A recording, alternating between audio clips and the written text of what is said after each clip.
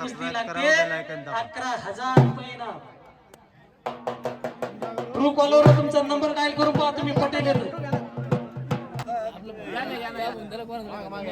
कोणती बाटली पावली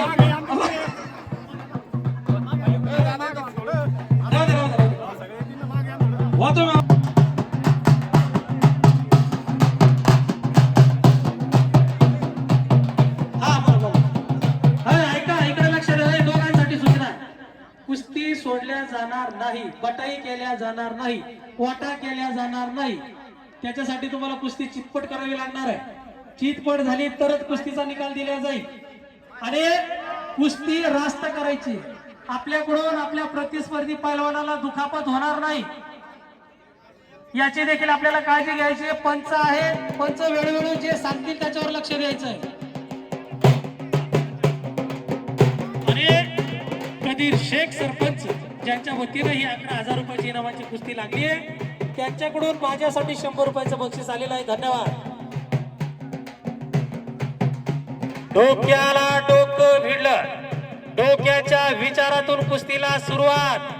देवा गुंजाळे हर्सुल गावचं बोर्ग तर त्याचा प्रतिस्पर्धी पैलवान देवळाईचं बोर्ग आहे.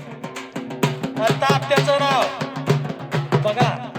जिथे जात नाही, धर्म नाही, पंथ नाही असं हे कुस्तीचं मैदान. जो वारकरी संप्रदायाची जी शिकवण तीच शिकवण या कुस्ती संप्रदायाची, या कुस्ती आखाड्याची, या मैदानाची आहे. दोघही आता सुरुवातीला एकमेकाच्या ताकदीचा अंदाज घेत आहेत. मी नेहमी आवर्जून सांगतो की आपल्या घरातला एक पैलवान आपलं कर्ज तयार करणं गरजेचं आहे. स्पोर्टच्या कुठल्याही कोट्यामध्ये स्पोर्ट मध्ये घालणं गरजेचं आहे. बाप रे बाप, या बात आहे. कमजा घेतला, टाळ्या पाहिजे, टाळ्या. मुख्यानं सगळे व्यापळ झाले. सगळ्याला वाटते कधी घरी जायला भेटत, कधी एकदा उधळून आपण आपल्या आपल्या आखरावर जाऊ.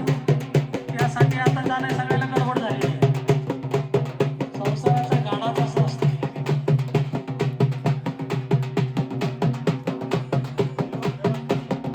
मध्ये घ्या भास्कर दादा, सावळे दादा, यांच्या पूर्ण कोणीतरी घराण्यामध्ये एखादा वाघ मारला असं म्हणून यांचं आडनाव वाघमारे पडलं का काय असंही बऱ्याचदा प्रश्न पडतो. वाघमारे, लांडगे आणि आमच्या तिकडे त्या पलीकडे जर गेलं तर एक बारवैली म्हणून पण आडनाव आहे. लांब कान्याला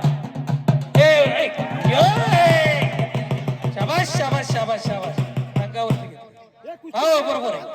आणि पंचांचा निर्णय, टाळ्या पाहिजे, टाळ्या.